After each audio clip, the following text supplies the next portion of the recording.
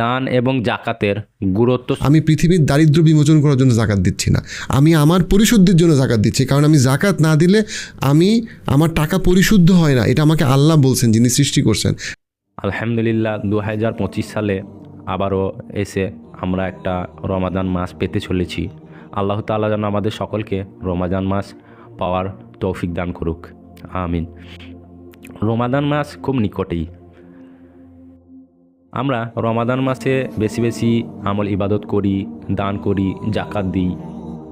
সেই ক্ষেত্রে আমি ইয়াহিয়া আমিন স্যারের কাছ থেকে জানতে চাইছি যে দান এবং জাকাতের গুরুত্ব সম্পর্কে আলোচনা করার জন্য, যে দান করলে, জাকাত দিলে আমাদের তো ধন সম্পদ কমে না, অতএব যারা দান করে, জাকাত দেয়, তাদের জন্য কি উপকারিতা আছে সেই বিষয়ে আলোচনা করবেন। এতই অসাধারণ এটা, আমি যখন মনস্তাত্ত্বিক দিক থেকে যেটাকে চিন্তা করি, পিওরলি সোশ্যাল সাইকোলজির জায়গা থেকে চিন্তা করি যে কীভাবে কোরআন এবং টাকা যে একটা মানসিক বিষয়, এই জিনিসটা প্রথমত কোরআন বুঝতে পারছে, কোরআন অ্যাড্রেস করছে, বুঝতে পারছে কথাটা ঠিক না, অ্যাড্রেস করছে এবং অ্যাড্রেস করে এটা সলিউশন দিছে। টাকা প্রচণ্ড রকম মানসিক। আপনি একটা মানুষ প্রতি মাসে 50,000 টাকা আয় করে এবং সে খুবই হ্যাপি, কারণ সে এত টাকা আয় করে। আরেকটা মানুষ মাসে 15 লাখ টাকা আয় করে, কিন্তু সে খুবই কষ্টে আছে, কারণ এত ইনকামে কোথায় ইনভেস্ট করবে, তার টাকা কই চলে গেল, কি করবে, কি হবে। অর্থাৎ আমি টাকা কীভাবে ম্যানেজ করব, এটা যদি মনস্তাত্ত্বিক দিকটা আমি ঠিক করতে না পারি, দেন টাকা আমার অশান্তির কারণ হবেই।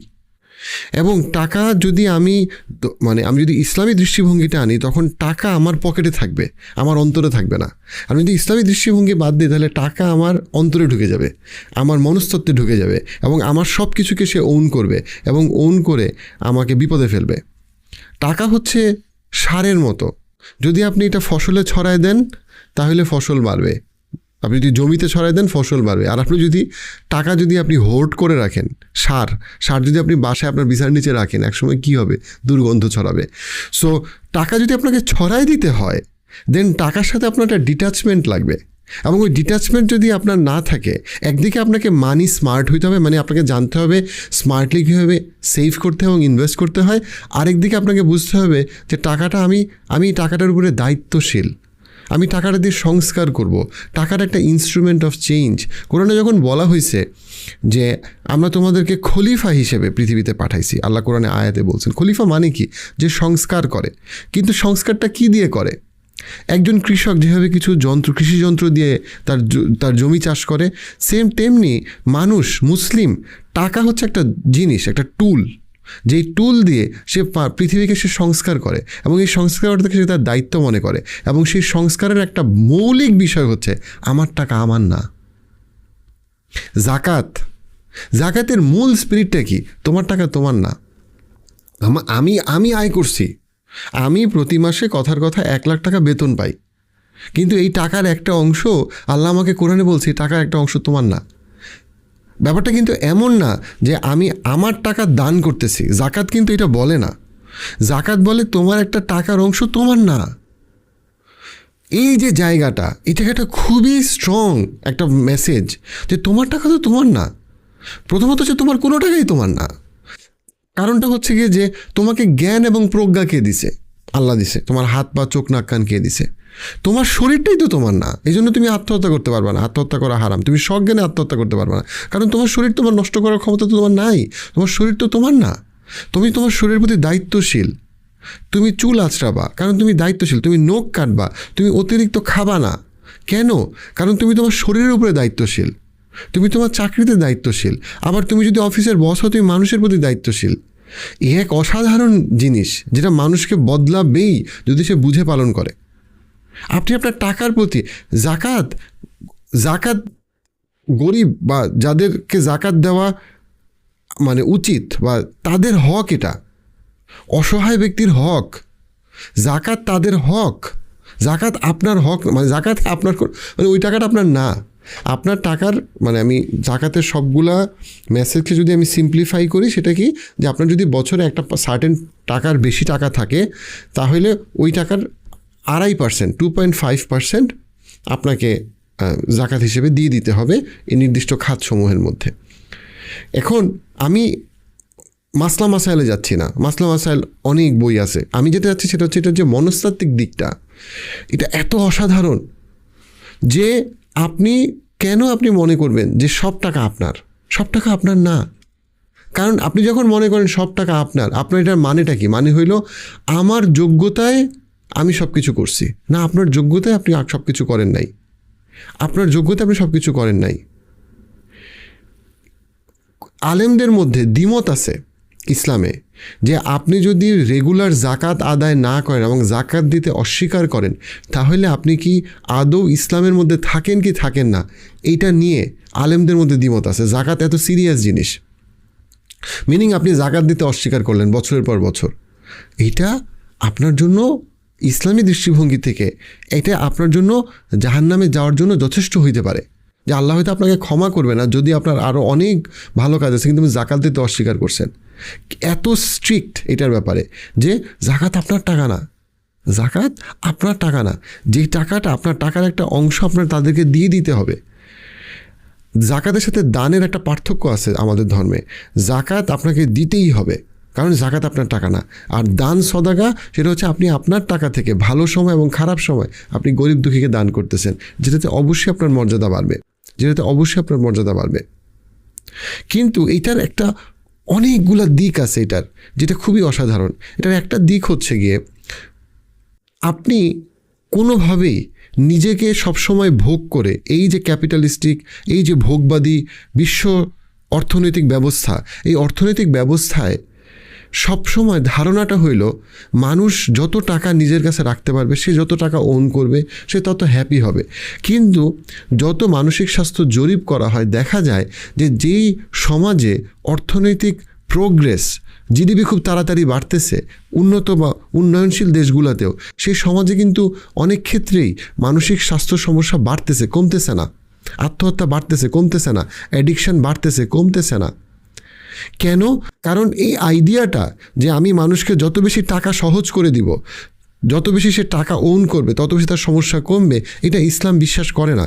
এবং এইটা পিওরলি সাইকোলজিক্যাল পার্সপেক্টিভে এটা মানুষকে সবসময় হ্যাপি এবং মানসিক রোগ থেকে দূরে রাখে না। ইসলাম কি বলে? ইসলাম একটা খুবই অসাধারণ জিনিস সূরা দোহার একেবারে শেষে আপনাকে দেখাইছে।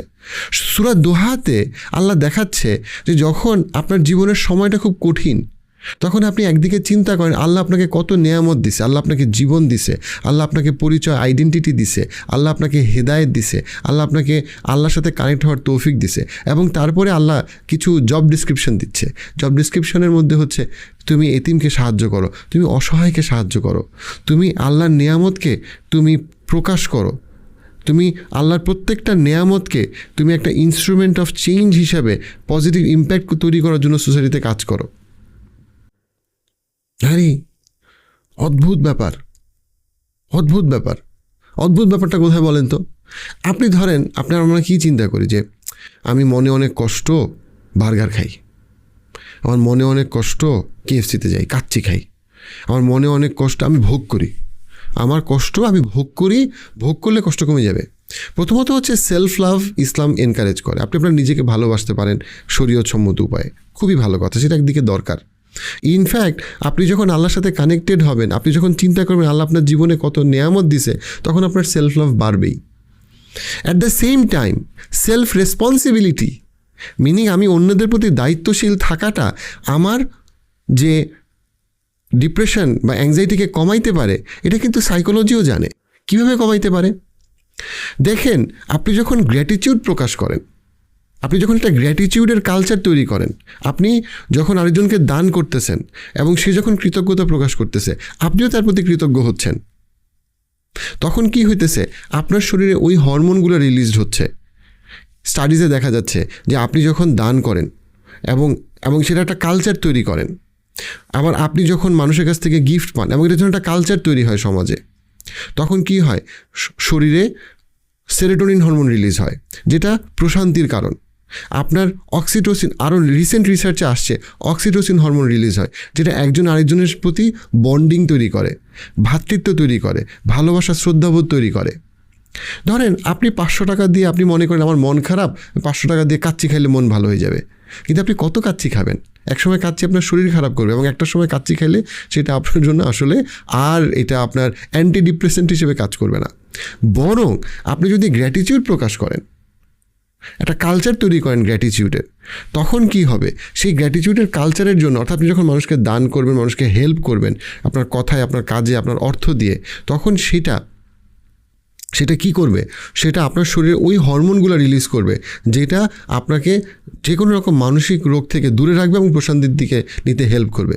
অবশ্যই এখানে একটা ডিসক্লেমার দিয়ে রাখা ভালো, যে কেউ তীব্র কোনো মানসিক রোগে ভুগতেছেন, ডিপ্রেশন, অ্যাংজাইটি বা অন্য যে কোনো ওসিডি, অবশ্যই আপনাদের প্রথম চিন্তাটা করা উচিত হচ্ছে গিয়ে আমি কোনো মানসিক রোগ বিশেষজ্ঞের কাছে আসবো, সাইকিয়াট্রিস্ট বা সাইকোলজিস্টের কাছে আসবো। আপনার প্রথম চিন্তাটা করা উচিত না আমি দান করব, প্রথম চিন্তা করা উচিত না আমি ভোগ করব, প্রথম চিন্তা করা উচিত এটা শারীরিক রোগের মতো মানসিক রোগকে আমি ট্রিটমেন্টে যাব।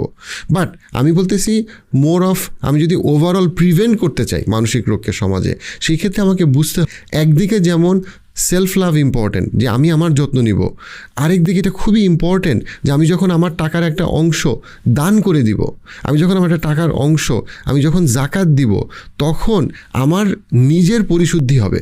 এবং এইটা মডার্ন সাইকোলজি এখন প্রুফ করতে পারে যে তুমি যদি তোমার টাকা পানিতে ভিজায় শরবত বানায় খাও, তাহলে তোমার পেট খারাপ হবে, মানসিক সমস্যার সমাধান হবে না।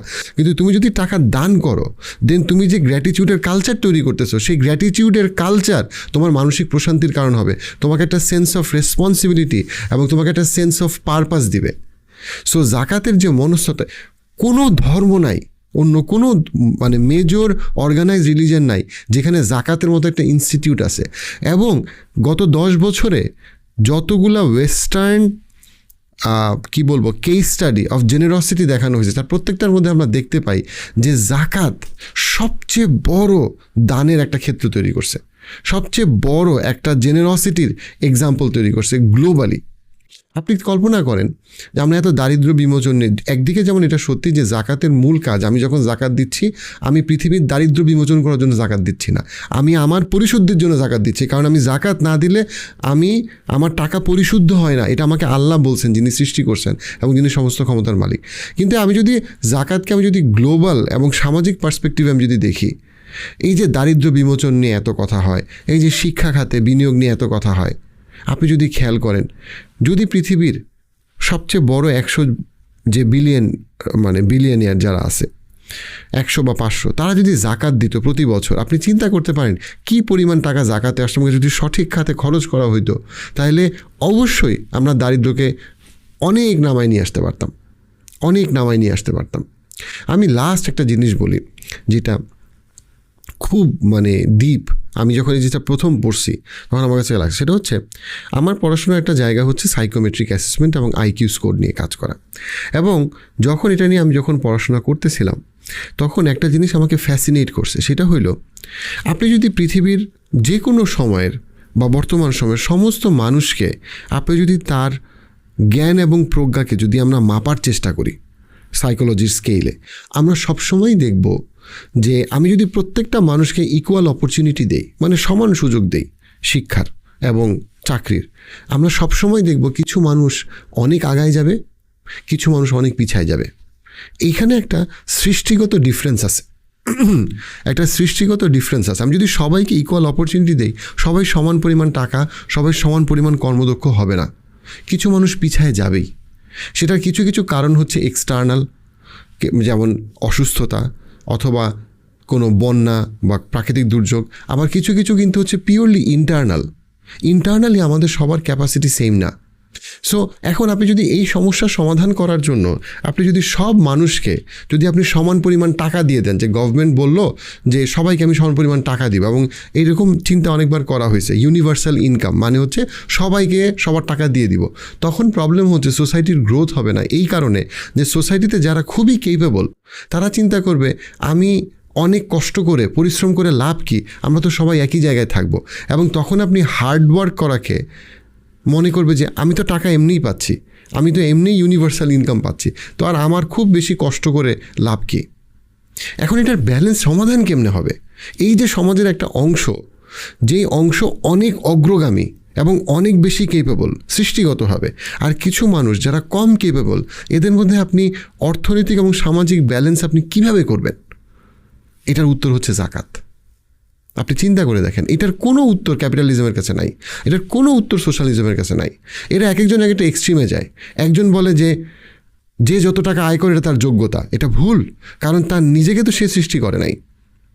আবার আপনি যদি বলেন যে না, আমরা সবাইকে সমান পরিমাণ টাকা দিয়ে দিব, দেন আপনি পুরো সমাজে প্রোগ্রেসকে আপনি কমায় ফেলবেন, কারণ কেউই তখন প্রোগ্রেসের কোনো রিওয়ার্ড দেখবে না। আমি এত হার্ডওয়ার্ক, এত হোমওয়ার্ক, এত অ্যাসাইনমেন্ট, এত সেলস টার্গেট আমি কেন মিট করব যখন আমরা সবাই একই পরিমাণ একই রকম আউটকাম আমরা পাবো।